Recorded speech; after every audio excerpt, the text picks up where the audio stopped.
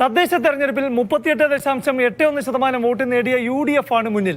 UDFനെ നയിക്കുന്ന കോൺഗ്രസ് തന്നെയാണ് ജനപിന്തുണയിൽ മുന്നിൽ. കൈപ്പത്തി ചിഹ്നത്തിലാണ് ഏറ്റവും കൂടുതൽ പേർ കേരളത്തിൽ വോട്ട് ചെയ്തത്. കേരളത്തിലാകെ കോൺഗ്രസിന് കിട്ടിയത് 29.17% വോട്ടാണ്. രണ്ടാം സ്ഥാനത്തുള്ള LDFനെ നയിക്കുന്ന CPM തന്നെയാണ് വോട്ട് കണക്കിലും രണ്ടാമത്.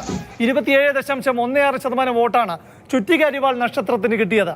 ഇനി മൂന്നാം സ്ഥാനത്തുള്ള BJPയുടെ കാര്യം. 2020 തദ്ദേശ തെരഞ്ഞെടുപ്പിൽ 17.2% വോട്ടും 2024 ലോക്സഭാ തെരഞ്ഞെടുപ്പിൽ 20% വോട്ട് നേടിയ BJP വോട്ട് കണക്കിൽ കൂപ്പുകുത്തി.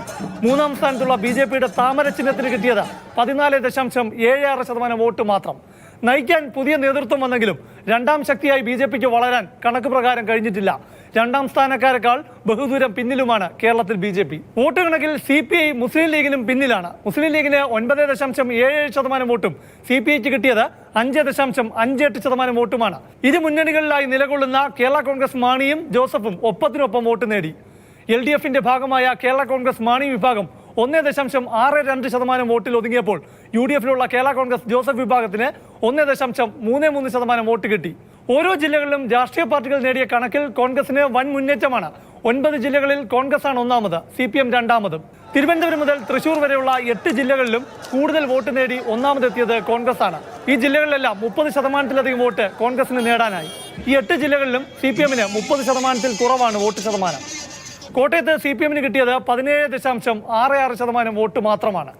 തിരുവനന്തപുരം നഗരസഭയിൽ BJP ഏറ്റവും വലിയ കക്ഷിയായി ഭരണം നേടിയെങ്കിലും ജില്ലയിൽ BJP മൂന്നാമതാണ്.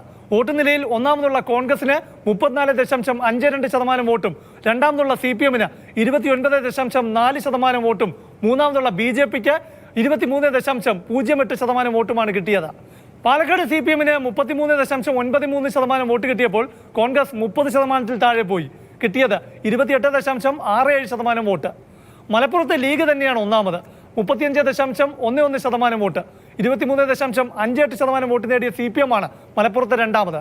കോൺഗ്രസ് മലപ്പുറത്ത് മൂന്നാമതാണ്, 16.81% വോട്ട്.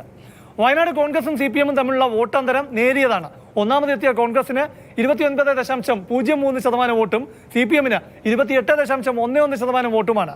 CPM ഒന്നാമതെത്തിയ കാസർഗോഡും കോഴിക്കോടും 30%-ൽ താഴെയാണ് വോട്ട് കിട്ടിയത്. എന്നാൽ കണ്ണൂരിൽ ജനപിന്തുണയുടെ കണക്കിൽ ഒന്നാമതെത്തിയ CPMനാണ് ഒരു ജില്ലയിൽ ഏറ്റവും കൂടുതൽ വോട്ട് കിട്ടിയത്. 38.82% വോട്ടാണ് CPMന് കണ്ണൂരിൽ കിട്ടിയത്. അവിടെ കോൺഗ്രസിന് കിട്ടിയത് 27.11% വോട്ട് മാത്രമാണ്. കേരളത്തിൽ ആകെയുള്ള വോട്ട് പിന്തുണയുടെ കണക്ക് 4 മാസത്തിനപ്പുറം നടക്കുന്ന നിയമസഭാ തെരഞ്ഞെടുപ്പിൽ UDFന് ആത്മവിശ്വാസം നൽകുന്നതാണ്. പ്രശാന്ത് കൃഷ്ണ, മാതൃഭൂമി ന്യൂസ്, തിരുവനന്തപുരം.